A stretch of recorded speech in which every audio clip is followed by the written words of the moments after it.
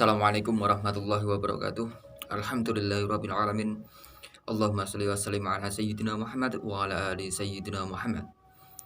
Sahabat, saudara-saudara yang semoga selalu dalam ridha Allah, selalu dalam kesehatan, selalu diberikan kekuatan sehingga bisa melaksanakan ibadah-ibadah pada Tuhan Yang Maha Esa, selalu bisa berbuat baik kepada saudara-saudara, sahabat, sesama makhluk hidup. Begitu. Kebaikan itu tidak memerlukan alasan, karena alasan hanya dibutuhkan ketika seseorang itu bersalah kepada orang lain. Jika kamu bersalah, maka sampaikan alasan kenapa kesalahan itu terjadi, kemudian mohon maaf dan berusaha untuk tidak mengulangi kesalahan itu. Nah, kenapa kebaikan tidak butuh alasan? Karena sesungguhnya kebaikan itu adalah hal mutlak yang selalu ada dalam hati nurani manusia. Baik itu profesinya pencopet, guru, maling, begal, kemudian pegawai kantor atau manajer dan lain sebagainya, pasti punya hati nurani untuk melakukan kebaikan. Sehingga kebaikan yang sesungguhnya, kebaikan yang hakiki, kebaikan yang ikhlas itu tidak perlu alasan. Karena alasan hanya digunakan sebagai penguat untuk bisa bergerak, untuk bisa move, untuk bisa melakukan kebaikan itu.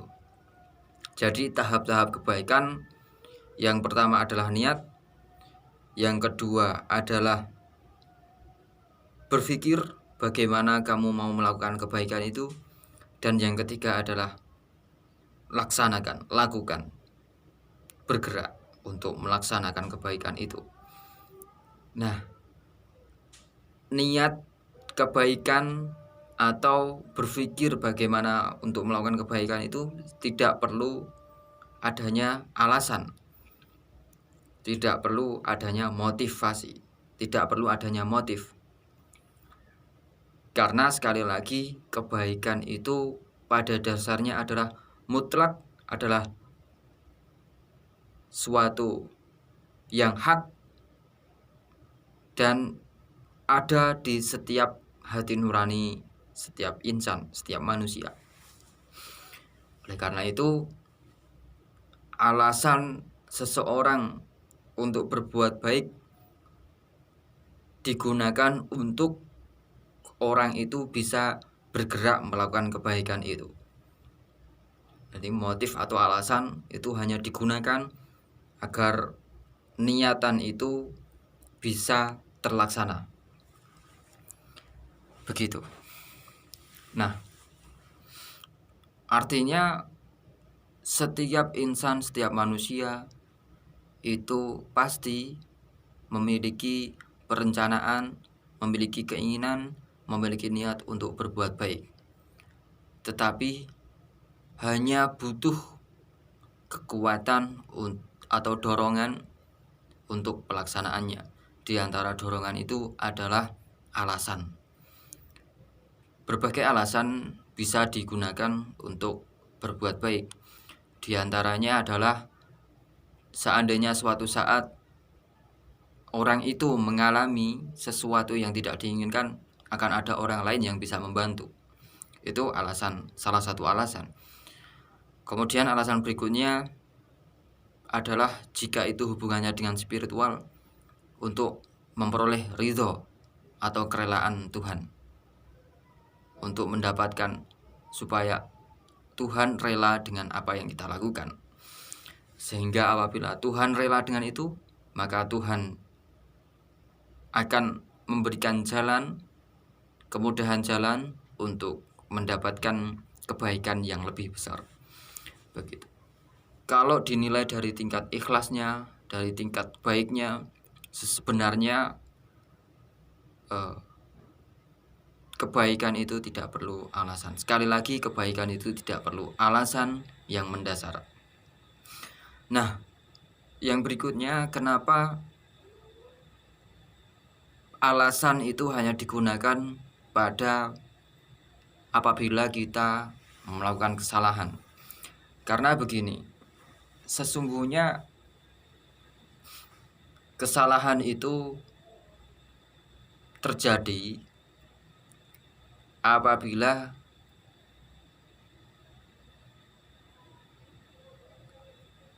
apa yang kita inginkan,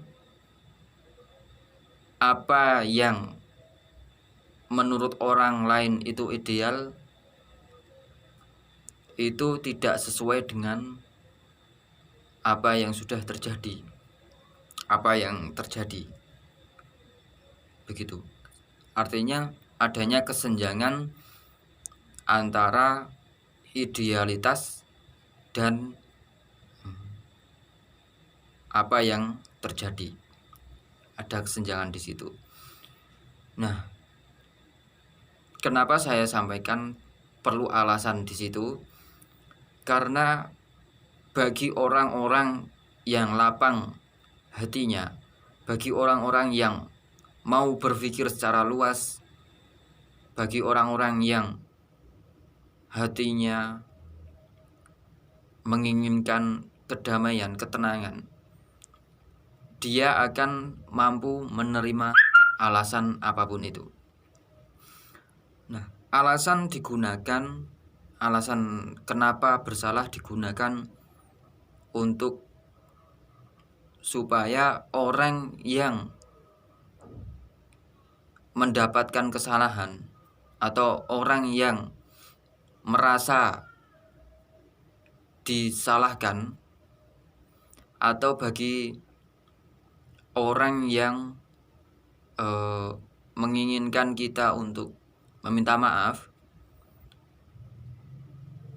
itu alasan itu digunakan untuk menyadarkan bahwa memang yang terjadi itu memang benar-benar seperti itu, sehingga harapan seseorang yang bersalah menyampaikan alasan itu akan ada kejelasan, akan ada alasan kenapa orang yang harus dimintai maaf harus memaafkan. Begitu. Saya ulangi, kenapa alasan digunakan untuk meminta maaf? Karena dengan alasan siapa tahu orang yang diberi alasan itu bisa menerima. Tetapi memang ada beberapa orang yang tidak bisa menerima kesalahan atau tidak mau menerima